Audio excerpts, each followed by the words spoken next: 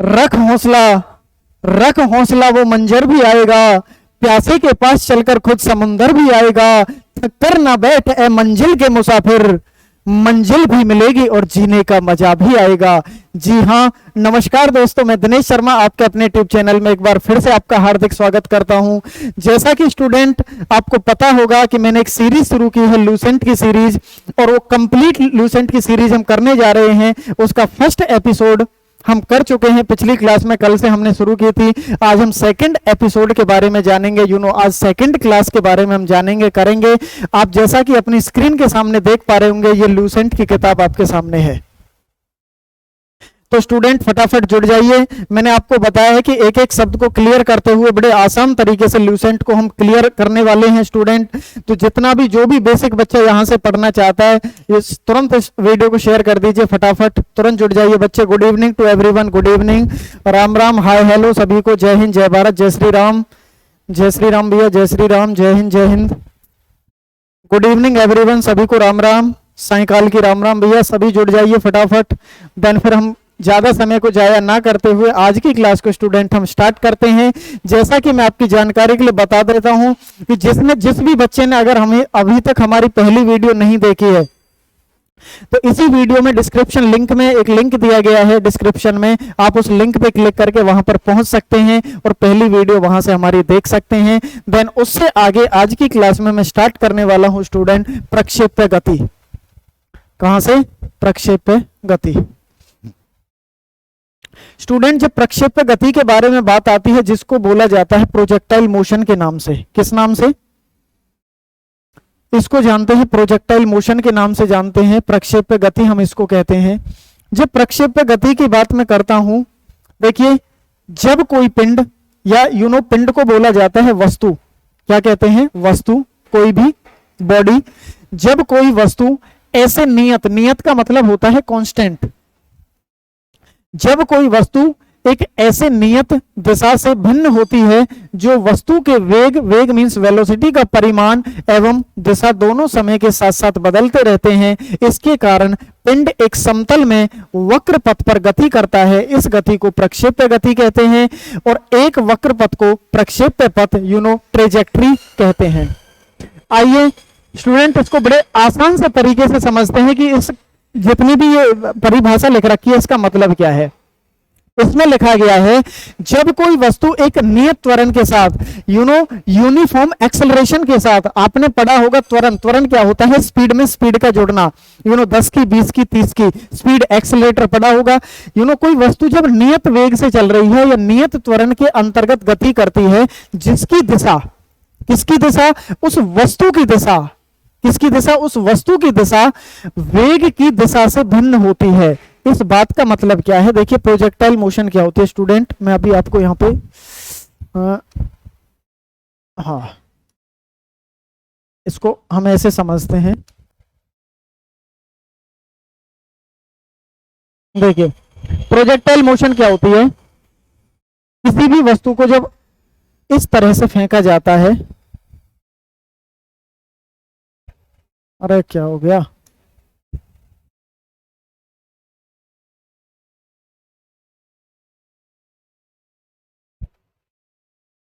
देखिए, projectile motion क्या होती है? कभी जैसे नीरज चोपड़ा ने भाला फेंका, भाला फेंकने समय उसको ऊपर से गया होगा, उसकी दो डायरेक्शन होती हैं। किसी भी प्रक्षेप्य गति में, किसी भी प्रोजेक्टाइल मोशन में दो डायरेक्शन मूव होती हैं।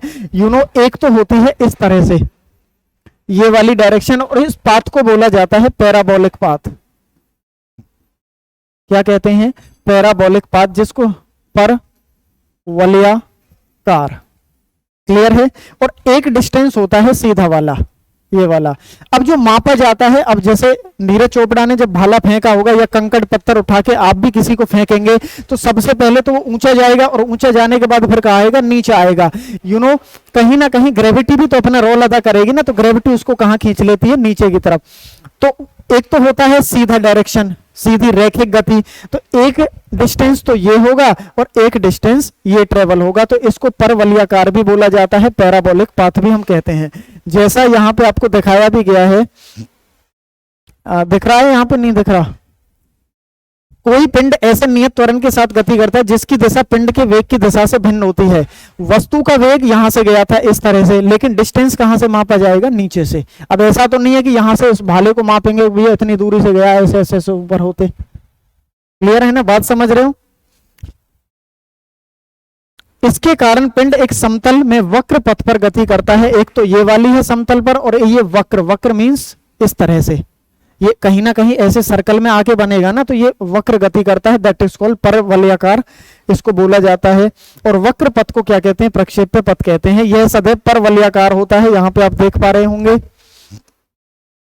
पैराबोलिक पाथ जैसा अभी मैंने बोला था।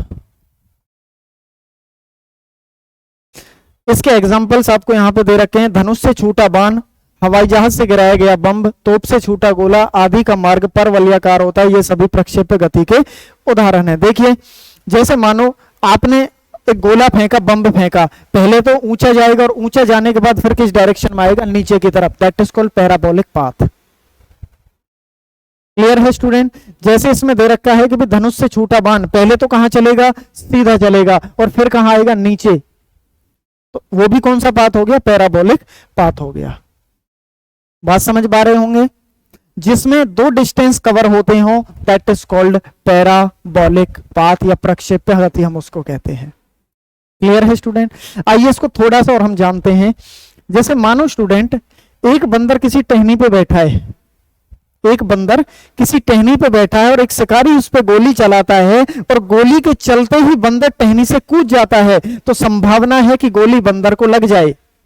क्यों, क्योंकि माय डियर, जैसे धनुष से छूटा बाण, ऐसे ही गोली भी तो चलती है, तो गोली इतनी स्पीड में होती है जिससे हमें फील नहीं होता कि यार ये नीचे भी जाती है। वो चलती तो ऐसे है, तो ग्रेविटी ग्रेविटी ग्रेविटी काम करते उसको कहां ले जाती है, नीचे की तरफ। और बंदर भी कहां कूद रहा है, नीचे। गोली भी ऐसे ऐसे कहां चल रही है, तो उसमें वो क्लिक हो जाती है और वो बंदर में लग जाती है। स्टूडेंट, यहां से पेपर में एक और क्वेश्चन पूछा गया, इसमें नहीं दे रखा है, मैं अलग से आपको बता रहा हूं। आप ट्रेन में जा रहे हो और ट्रेन में आपने चाय पी ग्लास में, और आपने ट्रेन में से बाहर फेंक दिया, और ट्रेन चल रही है, तो आपके लिए उस ग्लास की जो गति होगी वो क्या होगा, पैराबोलिक पाथ होगा या रैखिक गति होगी। रैखिक गति मीन्स सीधी गति होगी। एक तो ये वाला पाथ और एक ये वाला है, एक ये वाला होगा या ये वाला होगा, रैखिक गति होगी। क्यों, क्योंकि आपने उसको केवल सीधा जाते हुए देखा है। लेकिन बाहर खड़े व्यक्ति के लिए वही ग्लास का जो पाथ होगा वो पैराबोलिक पाथ होगा, इस तरह से। क्यों, क्योंकि उसने पहले ऐसे देखा है उसको बाहर से नीचे से गिरते हुए, और फिर कैसे देखा है, नीचे गिरते हुए, that is called parabolic path. प्रक्षेप्य गति एक द्विमिमीय गति होती है। द्विमिमा का मतलब होता है कि जो दो डायरेक्शन में है, एक इस डायरेक्शन में और एक इस डायरेक्शन में, अर्थात एक समतल में गति होती है। समतल में मींस इस तरह से गति होती है। प्रक्षेप्य को अधिकतम दूरी तक फेंकने के लिए उसे 36 से 45 डिग्री के कोण पर ऊपर की ओर प्रक्षेपित करना चाहिए। स्टूडेंट्स, इस बात का मतलब आप यहां पे समझिए, किसी भी वस्तु को वो अधिकतम दूरी तक, इस एंगल का मान याद रखना है। आपसे पेपर में डायरेक्ट क्वेश्चन पूछेगा कि कोई भी वस्तु कितने डिग्री के एंगल के मान पर सबसे ज्यादा दूर रास्ता ट्रेवल कर सकती है, तो याद रखना 45 डिग्री के एंगल पे। कितना है, 45 डिग्री के एंगल पे अधिकतम दूरी तक कोई भी वस्तु। इसमें फोर्स भी काम करेगा। अब ऐसा थोड़ी है कि ये मैंने मारकर यहां पे लिया, पेन लिया और मैंने उसको ऐसे गिरा दिया, फोर्स नहीं लगाई और 45 डिग्री वो दूर चली जाएगी, नहीं, उसमें फोर्स का भी होना अनिवार्य है। और 45 डिग्री, कोई भी बैट से छक्का कब जाएगा, कितनी दूरी पर जाएगा, जब वो 45 डिग्री का एंगल बना के उसको मारेगा टाइमिंग के साथ, देन तब बहुत अधिक दूरी तक बाउंड्री के बाहर छक्के के लिए गेंद चली जाती है। तो सबसे ज्यादा दूर कब जाती है, 45 डिग्री के एंगल पे। और सबसे ज्यादा ऊंची कब जाती है कोई भी वस्तु, जब 90 डिग्री का एंगल रहे, इस तरह से। सबसे ऊंची दूरी पर कब जाती है, जब 90 डिग्री का एंगल रहे, और सबसे ज्यादा दूर कब जाती है, जब 45 डिग्री का एंगल रहे। क्लियर है स्टूडेंट, आप मेरी बात समझ पा रहे होंगे। जिसमें दो डिस्टेंस कवर होते हो, दैट इज कॉल्ड प्रक्षेप्य गति। सिंपल शब्दों में, आसान शब्दों में, सही है ना। देखो भैया, अरे कहां गया भौतिक विज्ञान,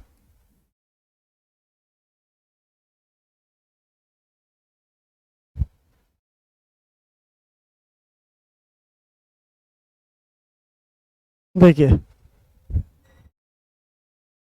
अगला है इसमें प्रक्षेपण कोण थीटा। कोई भी जो एंगल होता है वो थीटा होता है एवं 90 माइनस थीटा दोनों के लिए क्षैतिज परास, क्या थैसिस परास, परास को बोला जाता है रेंज। क्या कहते हैं? रेंज। क्षैतिज, क्षैतिज का मतलब होता है हॉरिजॉन्टल, जो उसकी रेंज होगी इस तरह से, ये इस तरह से गया तो इसकी ये वाली जो क्षैतिज रेंज रहेगी, क्षैतिज रेंज समान होती है। प्रक्षेप्य पथ के उच्चतम बिंदु पर वेग और त्वरण के बीच 90 डिग्री का कोण बनता है। मैं पहले ही बता चुका कि कोई भी वस्तु अधिकतम दूरी पर कब जाएगी, जब 90 डिग्री का एंगल होता है।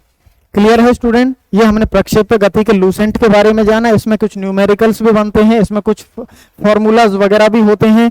वो फिजिक्स की फिरकी के नाम से हमने एक सीरीज शुरू कर रखी है, वो सारी चीजें बड़े व्यवहारिक तरीके से, आसान तरीके से, प्रैक्टिकल तरीके से वहां देखने को मिलेंगी। आज की क्लास में इस सीरीज में हम केवल लूसेंट के बारे में चर्चा कर रहे हैं स्टूडेंट। एक होती है वृत्तीय गति। क्या होती है? वृत्तीय गति, जिसको सर्कुलर मोशन कहते हैं। जब कोई वस्तु किसी वृत्ताकार मार्ग पर किसी भी गोल जगह पर मार्ग पर गति करती है तो इस गति को वृत्तीय गति कहते हैं। यदि वह एक समान चाल से गति करती है तो उसकी गति को एक समान वृत्तीय गति कहते हैं। सिंपल है यार, क्लियर है ना? वृत्तीय गति एक त्वरित गति होती है क्योंकि वेग की दिशा प्रत्येक बिंदु पर बदल जाती है। कोई भी वृत्तीय गति होती है वो एक त्वरित गति होती है क्योंकि वेग की दिशा प्रत्येक बिंदु पर क्या हो जाती है? बदल जाती है। जैसे यहाँ पे, जैसे यहाँ से नीचे आएगा तो यहाँ वेग अलग है, फिर यहाँ नीचे आएगा तो वेग अलग है, यहाँ पे अलग है, यहाँ पे अलग है, यहाँ पे, यहाँ पे, यहाँ पे, यहाँ पे, तो वही चीज है। वृत्तीय गति जो गोलाकार अवस्था में गति होती है एक त्वरित गति होती है क्योंकि वेग की दिशा प्रत्येक बिंदु पर क्या हो जाती है? बदल जाती है। डोरी से बंधे हुए एक पत्थर को तेजी से वृत्त में घुमाया जाए इस तरह से, और घुमाने के समय यदि डोरी टूट जाए तो पत्थर स्पर्श रेखिकतः उड़ जाता है। स्पर्श रेखिकतः का मतलब क्या है?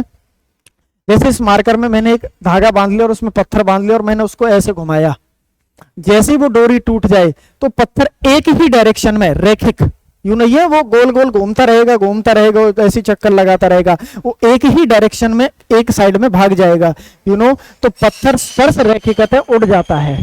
रेखिक, रेखिक का मतलब होता है यहाँ पे सीधा। क्लियर है स्टूडेंट? आइए, एक होता है जी कोणीय वेग। क्या होता है स्टूडेंट? कोणीय वेग।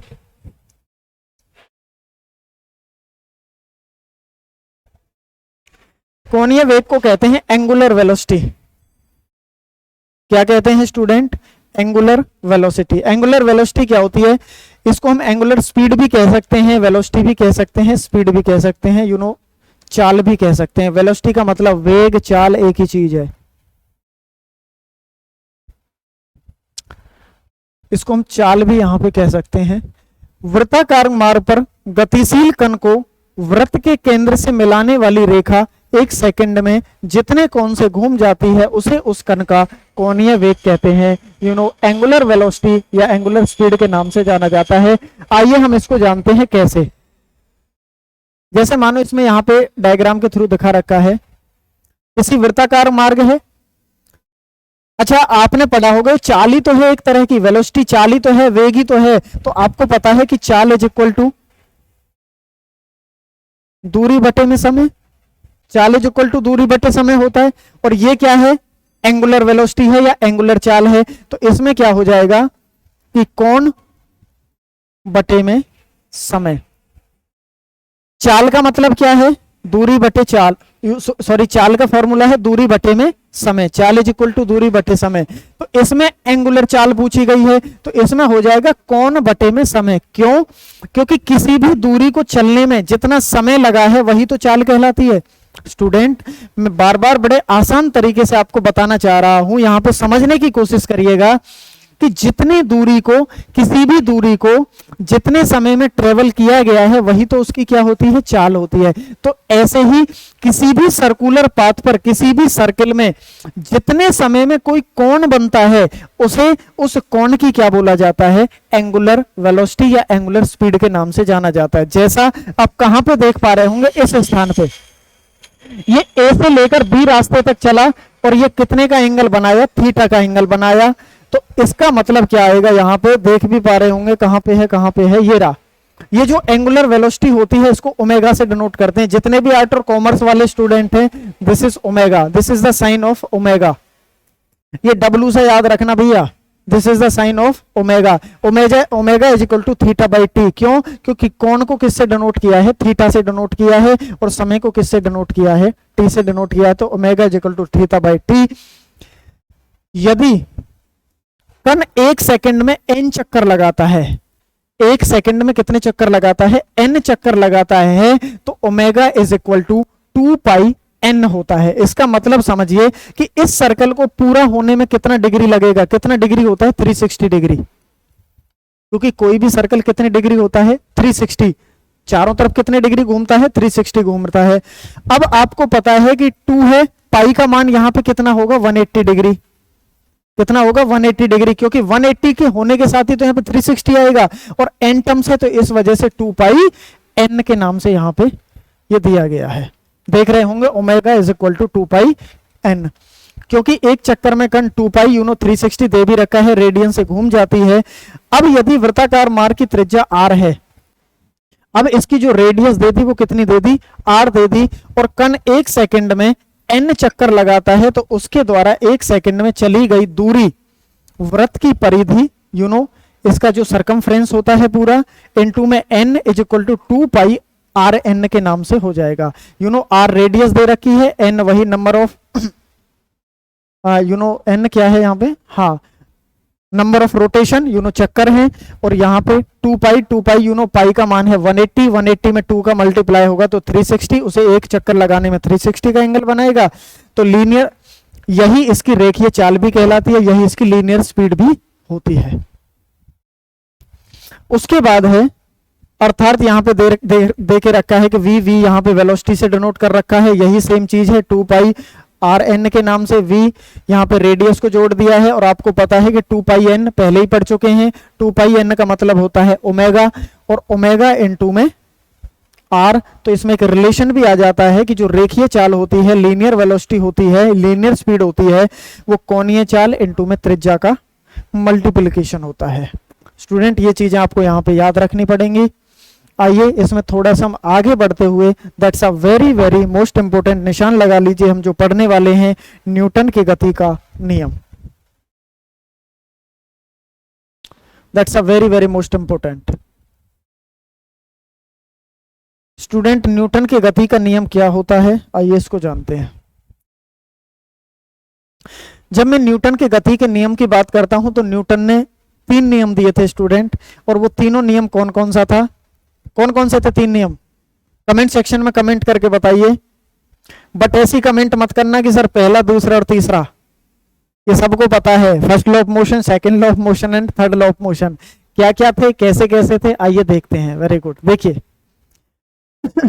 न्यूटन की गति का प्रथम नियम, न्यूटन की गति के नियम, न्यूटन्स लॉ ऑफ मोशन।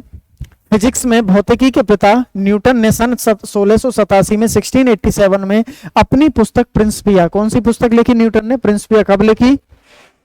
सन 1687 में सबसे पहले गति के नियम को प्रतिपादित किया, एवेल्युएट किया।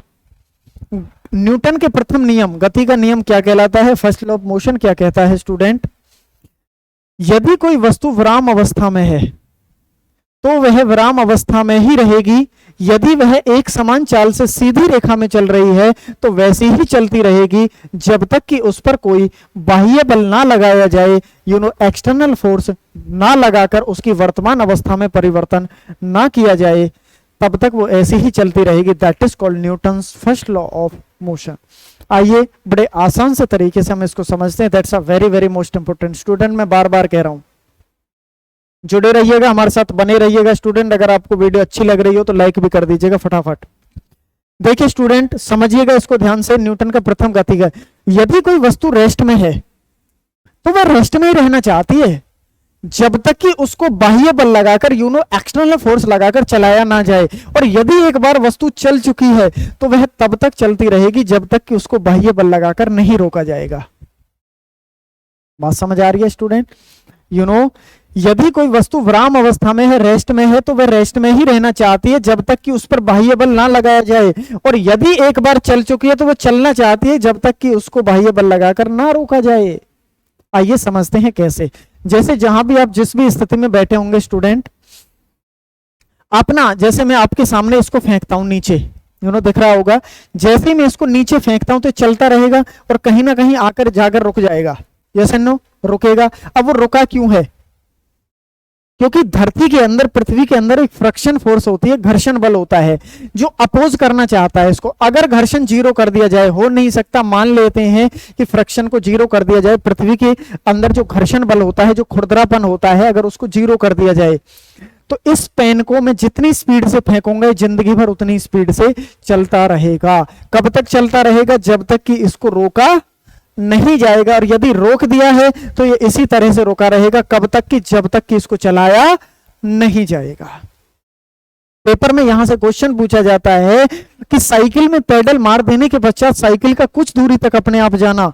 साइकिल में पेडल मार दिए तो साइकिल कुछ दूरी तक अपने आप चलती चली जाती है ना। क्यों? क्योंकि Newton's first law of motion. क्यों? क्योंकि वो टायर, वो पहिया मोशन में बना रहना चाहता है। लेकिन फिर रुक क्यों जाता है सर? माय डियर स्टूडेंट, रुक इसलिए जाता है क्योंकि उस टायर के बीच में और उस पृथ्वी के बीच में जो फ्रिक्शन काम करता है, उस टायर पे बाह्य बल कार्य कर देता है और कुछ हवाओं का प्रेशर बाह्य बल का काम करता है। क्लियर है स्टूडेंट? प्रथम नियम को गैलीलियो का नियम या जड़त्व का नियम भी कहते हैं।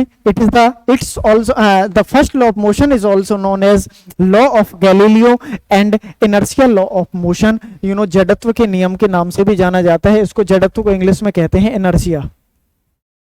क्या कहते हैं? इनर्शिया। बाह्य बल के अभाव में किसी वस्तु की अपनी विराम अवस्था या समान गति की अवस्था को बनाए रखने की प्रवृत्ति को जड़त्व का नियम कहते हैं। प्रथम नियम से बल की परिभाषा हमें मिलती है। पेपर में क्वेश्चन पूछा गया है कि बल की परिभाषा कौन से नियम से प्राप्त होती है? जो फोर्स की डेफिनेशन होती है तो हमें फर्स्ट लॉ ऑफ मोशन से प्राप्त होती है। बाह्य बल के अभाव में किसी वस्तु में, मतलब देखिए जड़त्व, जड़त्व नाम से क्लियर है स्टूडेंट, बहुत आसान है। जड़ जड़ जड़ जड़ का मतलब होता है स्थिर। जैसे पेड़ की जड़ स्थिर रखती है ना पेड़ को, तो जड़ का मतलब होता है स्थिर। कोई भी चीज अपनी स्थिति में बना रहना चाहती है। किसके अभाव में? अभाव मतलब बाह्य बल के अभाव में। लिख रहा होगा यहाँ पे बाह्य बल के अभाव में, मतलब बाह्य बल नहीं लगाया जाएगा तो वो वस्तु ऐसी स्थिर बनी रहेगी। दैट इज कॉल्ड जड़त्व। देखिए कैसे समझते हैं इसको। आपने देखा होगा जब आप बस में बैठे होते हैं और बस अचानक चलती है स्पीड से, तो आप आगे की तरफ झुकते हैं, पीछे की तरफ? आपने यात्राएं करी होंगी स्टूडेंट, मुझे कमेंट सेक्शन में कमेंट करके बताइए सारे स्टूडेंट। जब आप बस में बैठे हैं और बस अचानक चली तो पीछे की तरफ कि आगे की तरफ? कि सर पीछे की तरफ झुकते हैं। और जैसे आप बस में चल रहे हैं और बस ने अचानक ब्रेक मारी तो आप किधर की तरफ झुकते हैं? आगे की तरफ झुकते हैं। ये सब किसके कारण होता है? जड़त्व के नियम के कारण होता है। एक चीज और बताता हूं, होता क्या है, रेलगाड़ी चल रही है, आप चलती हुई रेलगाड़ी से, बस से, ट्रेन से जब उतरते हैं तो जैसे ही उस ट्रेन से चलती हुई रेलगाड़ी से और बस से जब प्लेटफॉर्म पे उतरते हैं, ट्रेन पे प्लेटफॉर्म से और बस से बस अड्डे पे, राइट, जब बस से आप उतरते हैं तो उसके साथ साथ कुछ दूरी तक भागना पड़ता है। Yes and no? अगर नहीं भागेंगे तो क्या होगा स्टूडेंट? अगर बस से चलती हुई बस से उतरते समय उसके साथ साथ कुछ दूरी तक नहीं भागेंगे तो क्या होगा? भागना तब भी पड़ेगा, लेकिन तब हॉस्पिटल की तरफ भागना पड़ेगा। आप गिर जाएंगे, आपके चोट लग जाएगी। ये सब किसके कारण होता है? ये जड़त्व के कारण होता है स्टूडेंट। किसके कारण? जड़त्व के नियम के कारण। क्यों? आइए समझते हैं। बल की परिभाषा क्या है? बल वह बाह्य कारक है, एक्सटर्नल है, जो किसी वस्तु की प्रारंभिक अवस्था में परिवर्तन करता है या परिवर्तन करने की चेष्टा करता है। बल एक सदिश राशि है, पिछली क्लास में बता चुका था। और बल की जो SI यूनिट होती है वो क्या होती है? न्यूटन। जड़त्व के नियम के कुछ उदाहरण है। ठहरी हुई मोटर या रेलगाड़ी के अचानक चल पड़ने पर उसमें बैठे यात्री पीछे की ओर झुक जाते हैं। अभी बताया था। चलती हुई मोटर से अचानक रुकने पर उसमें बैठे यात्री आगे की तरफ झुक जाते हैं। होता क्या है स्टूडेंट? एक ग्रेविटी शब्द आता है, ग्रेविटी। स्टूडेंट क्या आता है? ग्रेविटी। ग्रेविटी गुरुत्वीय बल, जो पृथ्वी अपने अक्ष की तरफ वस्तु को ऊपर से नीचे की तरफ खींचती है, दैट इज कॉल्ड ग्रेविटी। किसी भी व्यक्ति की जो सेंटर ऑफ ग्रेविटी होती है, किसी भी व्यक्ति की जो सेंटर ऑफ ग्रेविटी होती है वो उसकी नाभि में होती है। Yes and no?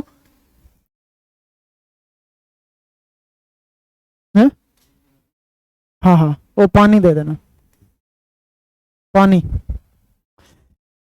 मेरा स्टूडेंट, किसी भी व्यक्ति की जो सेंटर ऑफ ग्रेविटी होती है वो कितनी होती है, कहाँ होती है, नाभि में होती है। जब आप किसी बस में बैठे हैं मान लो, तो नाभि से जो नीचे नीचे वाला पोर्शन है वो बस के साथ, अगर बस चल रही है तो बस के साथ साथ मोशन में होता है, लेकिन ऊपर वाला धड़ रेस्ट की पोजीशन में होता है। जैसे ही बस अचानक रुकी तो बस वाले ने तो ब्रेक मार दी। अब आपके जो नीचे वाले पैर है वो भी मोशन में थे, बस में तो ब्रेक है, आपके पैरों में तो कोई ब्रेक नहीं है, तो आपके पैर भी तो रुकेंगे, तो आपका शरीर आगे की तरफ झुक जाता है। क्यों? क्योंकि माय डियर, जड़त्व के कारण आपकी बॉडी को बैलेंस बनाना है कि जिससे आपके शरीर में कोई चोट ना आ जाए। बस रुकी हुई है, बस अचानक चली, बस में आप बैठे हैं तो सेंटर ऑफ ग्रेविटी नाभि से नीचे वाला धड़ भी एक साथ चलेगा, आपका शरीर पीछे की तरफ झुकेगा। क्यों? क्योंकि आपकी बॉडी को बैलेंस बनाना है जिससे आपकी बॉडी में कोई भी चोट ना लगे। बात समझ आ रही है तो बोलो स्टूडेंट। क्लियर होगा स्टूडेंट? ये सारी बातें हमने न्यूटन के पहले नियम के बारे में जानी। कैसे भाग जाता है।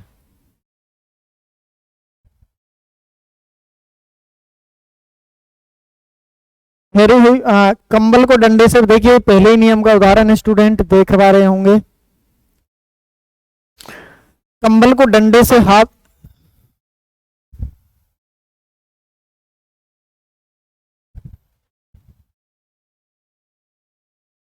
कंबल को हाथ से पकड़कर डंडे से पीटने पर धूल के कणों का नीचे गिरना, ये सब किसके हैं?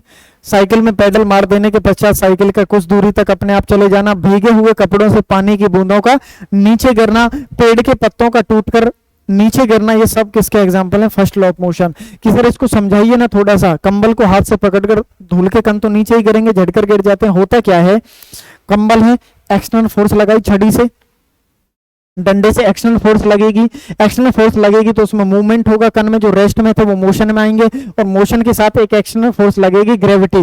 ग्रेविटी उनको कहाँ खींच लेगी? नीचे की तरफ। तो इस वजह से धूल के कण झटकर कहाँ हो जाते हैं? नीचे हो जाते हैं। बात समझ आ रही है तो बोलो स्टूडेंट फटाफट।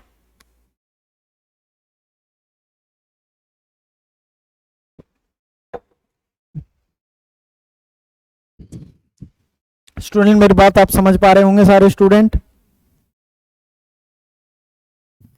एक होता है स्टूडेंट संवेग। संवेग को क्या बोला जाता है? मोमेंटम। क्या कहते हैं? मोमेंटम। मोमेंटम क्या होता है? किसी वस्तु के द्रव्यमान और वेग के गुणनफल को उस वस्तु का संवेग कहते हैं, मोमेंटम कहते हैं। अर्थात मोमेंटम को करते हैं हम पी से denote, P is equal to m v. P का मतलब मोमेंटम, M का मतलब मास और V का मतलब वेलोसिटी। देखिए मोमेंटम कुछ नहीं होता, जब मास के साथ वेलोसिटी की ऐड हो जाती है तभी क्या बन जाता है? संवेग। वेलोसिटी, वेलोसिटी का मतलब होता है वेग। जब वेग के साथ में मास जुड़ गया दैट इज कॉल्ड संवेग। से का मतलब साथ और वेग का मतलब वेग, दैट इज कॉल्ड संवेग। अरे संवेग का मतलब कुछ नहीं होता माय डियर, संवेग का मतलब होता है स्पीड, चाल, तेजी, वेलोसिटी, वेग। किसी भी चीज का वेग से चलना, वेग से चलना ही क्या कहलाता है? संवेग। कुछ नहीं है यार, बस वेग के साथ क्या ऐड हो जाता है? द्रव्यमान, मास। इसका जो मात्रक है किलोग्राम मीटर पर सेकंड होता है, और ये कैसी राशि है? सदिश राशि है, पिछली क्लास में हम पढ़ चुके थे। और इस संवेग को हम जानेंगे क्या होता है, अभी थोड़ी देर बाद हम जानने भी वाले हैं बड़े अच्छे तरीके से। स्टूडेंट जब मैं न्यूटन के दूसरे नियम की बात करता हूं, second law of motion, second law of motion क्या कहता है कि किसी वस्तु के संवेग में परिवर्तन की दर को, किसी भी वस्तु के संवेग में मोमेंटम, मोमेंटम अभी आपने पढ़ा था कि जब वेलोसिटी के साथ क्या मिल जाता है? मास मिल जाता है, m इंटू में v, p is equal to m v। किसी वस्तु के संवेग में परिवर्तन की दर उस वस्तु पर आरोपित बल के समानुपाती होती है। संवेग परिवर्तन बल की दिशा में होता है। यदि आरोपित बल F बल की दिशा में उत्पन्न त्वरण A और वस्तु का द्रव्यमान m हो तो न्यूटन के गति के दूसरे नियम F is equal to m, अर्थात न्यूटन के दूसरे नियम से बाह्य बल का व्यंजक प्राप्त होता है। व्यंजक का मतलब होता है बल का फॉर्मूला प्राप्त होता है। तो सर क्या बोल दिया, हमारी समझ में नहीं आया? तो स्टूडेंट आइए इसको मैं बड़े आसान से तरीके में समझाता हूं कि इन लाइनों का मतलब क्या है। देखो ध्यान से समझना। सेकंड नियम को हम पढ़ते हैं स्टूडेंट। क्या है सेकंड नियम?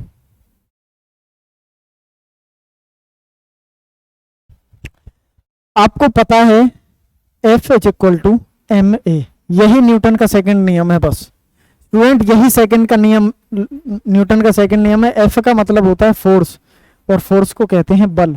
M का मतलब मास, और A का मतलब होता है एक्सेलरेशन, त्वरण। थोड़ा सा समय लूंगा मैं 5 मिनट इस कंसेप्ट को क्लियर करने में, ध्यान से समझिएगा। फुली कंसंट्रेट होके कमेंट सेक्शन में कमेंट करना छोड़ दीजिए, फुली कंसंट्रेट होके ध्यान लगा के सुनिए। फोर्स क्या होती है? मास और एक्सेलरेशन का गुणनफल होता है। एक्सेलरेशन आपको पता है, एक्सेलरेशन क्या होता है, त्वरण क्या होता है? स्पीड में स्पीड का जुड़ना, एक्सेलरेटर बताया था ना, स्पीड में स्पीड का जुड़ना ही। क्योंकि मैं इसी वजह से कह रहा हूं कि पिछली वीडियो देख लिया करो, क्योंकि ये कंसेप्ट वहां पे मैं बता चुका हूं। स्पीड में स्पीड का जुड़ना ही क्या कहलाता है? त्वरण। जब उसके एक्सेलरेशन के साथ मास जुड़ जाता है वही क्या बन जाती है? फोर्स। अभी आपने एक चीज जानी, P is equal to m we.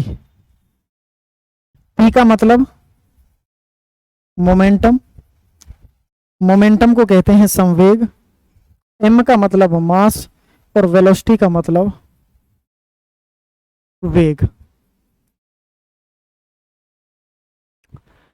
Student जितनी ज्यादा एक्सेलरेशन होगी क्या उतनी ज्यादा फोर्स होगी कि नहीं होगी? जितनी ज्यादा स्पीड होगी क्या उतना ज्यादा बल लगेगा कि नहीं लगेगा? और जितना ज्यादा बल लगेगा उतना ज्यादा वेग होगा, उतना ज्यादा बल लगेगा, जितना ज्यादा वेग होगा उतना ज्यादा संवेग होगा। ये चारों चीजें आपस में इंटर रिलेशन है या नहीं है, एक दूसरे से संबंधित है या नहीं है? आइए हम इसको ऐसे समझते हैं, जैसे मानो एक गाड़ी है, आपके घर में जो भी दीवार होगी, जो भी आप अपने सामने दीवार देख रहे हैं, एवेल्युएट करिएगा, जूम करिएगा। एक गाड़ी 20 की स्पीड पे आ रही है, 10 की स्पीड पे आ रही है, और उसने उस दीवार में टक्कर मारी। उस गाड़ी ने उस दीवार में टक्कर मारी तो क्या होगा? हो सकता है गाड़ी का बोनट ही पिचक जाए आगे से। लेकिन वही गाड़ी 100 की स्पीड पे आ रही है और आपकी उस दीवार में टक्कर मारी, हो सकता है दीवार को फोड़ के बाहर निकल जाए, पार कर जाए। Yes and no? कौन से में वेलोसिटी, कौन से में वेग ज्यादा था, कौन से में स्पीड ज्यादा थी? 10 की 20 में, सॉरी 10 की में 100 में? 100 में स्पीड ज्यादा थी, उसमें वेग ज्यादा था कि कम था? वेग ज्यादा था। वेग ज्यादा था तो फोर्स भी कैसी लगेगी? ज्यादा। फोर्स ज्यादा लगेगी तो एक्सेलरेशन भी ज्यादा, एक्सेलरेशन ज्यादा तो मोमेंटम भी ज्यादा, वेलोसिटी ज्यादा तो मोमेंटम ज्यादा, फोर्स ज्यादा तो एक्सेलरेशन ज्यादा, एक्सेलरेशन ज्यादा तो वेग ज्यादा, वेग ज्यादा तो मोमेंटम ज्यादा। ये एक दूसरे से इंटर रिलेशन है स्टूडेंट, क्योंकि बल, त्वरण, संवेग, वेलोसिटी वही तो सारी चीजें होती हैं। समझ पा रहे होंगे स्टूडेंट? मैं बार बार कह रहा हूं, एक बात का विशेष ध्यान रखिएगा, मेरे को दोष मत दीजिएगा स्टूडेंट। में सब कान खोल के एक बात को सुन लीजिए सारे स्टूडेंट, जितने भी पूरे भारतवर्ष से इस वीडियो को बच्चे देख रहे हैं। पहली वीडियो देख लीजिए, इससे पहला जो कंसेप्ट कराया है वहां पे मैंने त्वरण के बारे में बताया है, क्योंकि यहां पे अगर डायरेक्ट आप समझने की कोशिश करेंगे तो कम समझ आएगा। समझ में तो आ जाएगा लेकिन कम समझ आएगा, क्योंकि वो सारी चीजें मैं पहले करवा चुका हूं। जितना ज्यादा एक्सेलरेशन उतना ज्यादा फोर्स, जितना ज्यादा फोर्स उतना ज्यादा वेग, जितना ज्यादा वेग उतना ज्यादा मोमेंटम। मोमेंटम का मतलब ऐसे भी होता है कि आपने सुना होगा ना कि आजकल मोमेंटम बन रहा है, बढ़िया मोमेंटम बन रहा है, पढ़ने का, खेलने का मोमेंटम बन रहा है, रिदम बन रहा है। तो काम रिदम रहेगा। जैसे एक खिलाड़ी कैच पकड़ते समय अपने हाथों को पीछे, सबसे बेस्ट एग्जांपल पेपर में आता है, सेकंड लॉ ऑफ न्यूटन के सेकंड नियम पर आधारित है। एक खिलाड़ी कैच पकड़ते समय अपने हाथों को पीछे की तरफ क्यों ले जाता है? मोमेंटम की दर को कम करने के लिए, डिक्रीज करने के लिए, संवेग की दर को कम करने के लिए, संवेग की दर को कम करने के लिए, to decrease the rate of momentum. अच्छा, मोमेंटम कैसे कम होगा? जैसे ही अगर वो गेंद को ना हाथ पीछे ना ले जाए तो गेंद टप्पा मारेगी डायरेक्ट। जैसे ही हाथ को ले गया तो टाइम रेट को उसने बढ़ा दिया, टाइम को बढ़ा दिया। अब जब टाइम को बढ़ा दिया तो अपने आप संवेग अपने आप कम होगा कि नहीं होगा? कि सर कैसे? प्रैक्टिकल जानते हैं स्टूडेंट, समझिएगा। एक गाड़ी 10 की स्पीड पे आ रही थी, वो उस दीवार तक देर से पहुंचेगी या जल्दी पहुंचेगी? और एक 100 की स्पीड से जा रही है, कौन सी? 100 की स्पीड वाली जल्दी पहुंचेगी, और फोर्स भी उसमें ज्यादा है, मोमेंटम भी ज्यादा है, लेकिन एक 10 की स्पीड में गाड़ी आ रही है तो वो देर से पहुंचेगी। क्यों? क्योंकि उसने टाइम को ज्यादा लिया है, टाइम को ज्यादा लिया है तो संवेग को अपने आप कम कर दिया। तो खिलाड़ी हाथों को पीछे की तरफ टाइम रेट को बढ़ाने के लिए संवेग की दर अपने आप कम हो जाती है, तो संवेग की दर को कम करने के लिए अपने हाथों को कहां ले जाता है? पीछे की तरफ ले जाता है। बात मेरी समझ पा रहे होंगे स्टूडेंट? और इसी से हमको बल का फॉर्मूला प्राप्त होता है। बल F is equal to ma, आपने जाना। प्रथम नियम दूसरे का ही अंग होता है। ये आपको बहुत सारी चीजें यहाँ पे दे रखे हैं। न्यूटन का तीसरा नियम स्टूडेंट आपकी स्क्रीन के सामने है।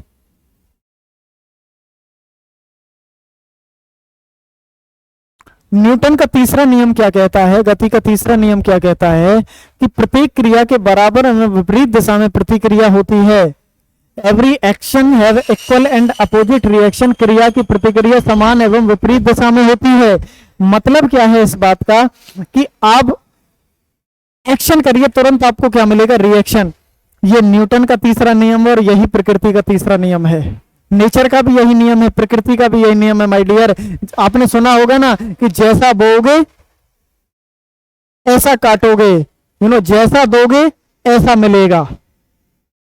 अगले का बदला है ना, एक्शन का रिएक्शन। आप किसी के एक थप्पड़ मारिए, बदले में क्या मिलेगा? थप्पड़ ही तो मिलेगा ना। ऐसे नो, आप गांधी जी थोड़ी है कि भाई एक थप्पड़ लग गया दूसरा काल आगे कर दो, इस पे मार दे भाई। सही है ना? तो एक्शन का क्या होता है? रिएक्शन। बहुत सिंपल है तीसरा नियम। इसके उदाहरण है बंदूक से गोली चलाते समय पीछे की ओर धक्का लगना। गोली कहां चलती है? आगे की तरफ, लेकिन बंदूक में झटका कहां लगता है? पीछे की तरफ। ये Newton third law of motion पर आधारित है। नाव से किनारे पर कूदने पर नाव का पीछे की ओर हट जाना। जैसे नाविक कहां चलता है? आगे की तरफ किनारे से। नाव कहां हट जाती है? पीछे की तरफ। क्यों? क्योंकि नाविक करता है एक्शन आगे, नाव हो जाती है पीछे। जैसे हम चलते हैं तो एक पैर लगाता है पीछे की तरफ फोर्स, तो हम कहां बढ़ते हैं? आगे की तरफ। जैसे हम पीछे आगे से फोर्स लगाएंगे पीछे की तरफ, तो आगे फोर्स लगानी पड़ेगी, हम पीछे चले जाएंगे। क्लियर है स्टूडेंट? स्विमिंग करते हैं आप, हाथों को कहां फेंकते हैं? पीछे, और आप कहां बढ़ते हैं? आगे। इसका एक और एग्जांपल मैं बताता हूं, बेस्ट एग्जांपल। वेल कुएं से पानी खींचा है कभी? देखा होगा खींचते हुए। जब पानी खींचते हैं हम और अचानक रस्सी टूट जाए तो बाल्टी कहां गिरेगी? आगे की तरफ। आप कहां गिरेंगे? पीछे की तरफ। एक्शन हुआ आगे और आप हुए पीछे। रॉकेट का चलना, that is called most important example है, 2012 एग्जाम में आया हुआ है। रॉकेट का चलना किस नियम पर आधारित है? तीसरे नियम पर आधारित है। क्यों? क्योंकि फ्यूल जलता है नीचे की तरफ और फोर्स लगती है ऊपर की तरफ। फ्यूल जलेगा, जितनी तेजी के साथ नीचे चलेगा रॉकेट उतनी तेजी के साथ कहां भागेगा? ऊपर की तरफ। ये न्यूटन के तीसरे नियम पर है। क्यों? क्योंकि एक्शन का क्या होता है? रिएक्शन होता है। एक होता है जी संवेग का संरक्षण का सिद्धांत। एक टर्म्स देख रहे होंगे, इंग्लिश में कहते हैं कंजर्वेशन ऑफ मोमेंटम। क्या कहते हैं स्टूडेंट? कंजर्वेशन ऑफ मोमेंटम, संवेग के संरक्षण का सिद्धांत। यदि कणों के किसी समूह या निकाय पर कोई एक्सटर्नल फोर्स बाह्य बल नहीं लग रहा हो तो उस निकाय का कुल संवेग नियत रहता है। नियत का मतलब कांस्टेंट रहता है, संवेग मतलब मोमेंटम कांस्टेंट रहती है, अर्थात टक्कर से पहले और बाद का संवेग बराबर होता है। आप इसको ऐसे समझिए, पेपर में एक क्वेश्चन पूछा गया कि रॉकेट का चलना किस नियम पर आधारित है? तीसरे नियम पर तो है स्टूडेंट, लेकिन कहीं ना कहीं संवेग के संरक्षण के सिद्धांत पर कार्य करता है। पेपर में एक क्वेश्चन आंसर देखने को मिलेगा आपको। होता क्या है? संवेग, मोमेंटम, मोमेंटम मतलब स्पीड, मोमेंटम मतलब speed, velocity, P is equal to mv। Mass के साथ जब वेलोसिटी मिल जाती है दैट इज कॉल्ड संवेग। संरक्षण का मतलब होता है इकट्ठा करना, कंज्यूम करना। संवेग के संरक्षण के सिद्धांत पर जितनी एनर्जी उसमें स्टोर होती है उतनी, जितना एनर्जी फ्यूल मतलब एक तरह से फ्यूल, जितना फ्यूल स्टोर होता है उतनी तेजी के साथ कहां भागता है? ऊपर। तो इसी का सीधा सा मतलब है कि कणों के किसी समूह, बाह्य बल नहीं लग रहा है, कुछ भी नहीं है, तो उस निकाय का कुल संवेग मोमेंटम कैसा रहता है? इकट्ठा रहता है, कांस्टेंट रहता है। तो उसी संवेग के द्वारा वो कहां भागता है? ऊपर की तरफ भागता है। क्लियर है स्टूडेंट? एक है जी आवेग, इंपल्स कहते हैं इसको, that's a very very most important.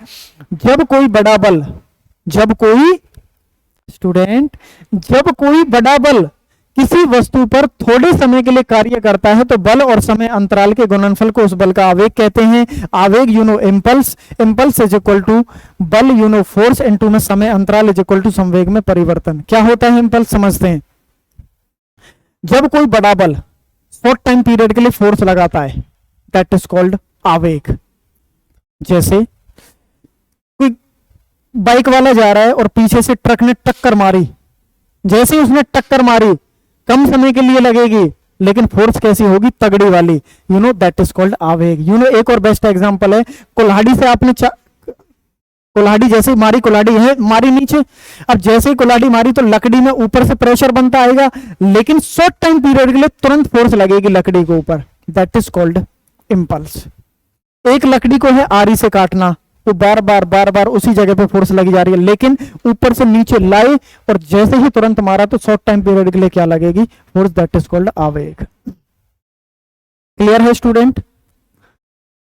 अगला होता है अपकेंद्रीय बल, जिसको सेंट्रीपिटल कहते हैं। एक होता है अपकेंद्रीय बल।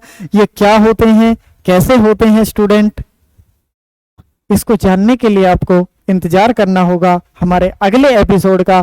तो दोस्तों मुझे उम्मीद है कि हमारे साथ जुड़कर आज आपको बहुत अच्छा लगा होगा। ऐसी ही शानदार अंदाज के साथ इसी लूसेंट को लेके अगली क्लासेस में हम आपके साथ लगातार आते रहेंगे। रात के 8 बजे समय को भूलिएगा मत, याद रखिएगा, नोटिफाई आपको हो जाता होगा। दोस्तों मेरा आपसे एक ही कहना है कि अगर अभी तक आपने चैनल को सब्सक्राइब नहीं किया है तो चैनल को सब्सक्राइब कर लीजिएगा। अगर आपने वीडियो अभी तक लाइक नहीं करी, अगर आपको अच्छी लग रही है, मैं तो एक ही बात कहूंगा, अगर अच्छी लग रही है तभी वीडियो पे थंब का निशान डाल दीजिएगा, लाइक कर दीजिएगा स्टूडेंट, और कमेंट सेक्शन में कमेंट करके बताइएगा स्टूडेंट हमें। क्योंकि आपकी कमेंट से हमें मोटिवेशन मिलता है स्टूडेंट, और सजेशन भी मिलता है जो आप वहां पे डालते हैं तो उनको हम फॉलो भी करते हैं, उनको हम देखते भी हैं। और उसके साथ साथ स्टूडेंट मैं एक ही बात कहता हूं कि हमारे चैनल का नाम है क्रेजी कीड़ा, जो साइंस की लूसेंट की मिटा देगा आपकी सारी पीड़ा। तो स्टूडेंट आप सभी का हमसे जुड़ने के लिए दिल की गहराइयों से पुनः एक बार बहुत बहुत धन्यवाद, बहुत बहुत आभार। स्टूडेंट मुझे रिस्पॉन्ड करिएगा कि लूसेंट की सीरीज मैंने सही चला रखी है, तो कमेंट सेक्शन में आप वीडियो को खत्म होने के बाद कमेंट सेक्शन में कमेंट भी डाल सकते हैं स्टूडेंट। तो इसी तरह से अगली क्लास में आगे की चीजों के बारे में जानेंगे स्टूडेंट। इसी तरह से ये सारी चीजें, अभिकेंद्रीय बल, अपकेंद्रीय बल, ये सारी चीजें हम जानेंगे क्या होती हैं, कैसे होती हैं। पूरी लूसेंट हम करने वाले हैं स्टूडेंट। लाइन टू लाइन मैंने बताया था कि मैंने कुछ भी अपनी तरफ से ज्यादा ऐड नहीं करूंगा। जो अगर ज्यादा ऐड का देखना है तो वहां पे मैंने फिजिक्स की फिरकी के नाम से एक सीरीज शुरू कर रखी है, वहां पे अलग तरीके से मैंने बता रखा है। ये लूसेंट, केवल लूसेंट के बारे में बता रहा हूं स्टूडेंट। जो बेसिक बच्चा है वो भी इसको कर सकता है, बड़े आसान तरीके से, आसान शब्दों में, व्यवहारिक तरीके से हम इसको कर रहे हैं स्टूडेंट। तो आज की क्लास को हम इतना ही रखते हैं स्टूडेंट। आप सभी का एक बार पुनः बहुत बहुत धन्यवाद, बहुत बहुत आभार। Okay, thank you, bye bye student, bye bye all of you, thank you so much all student.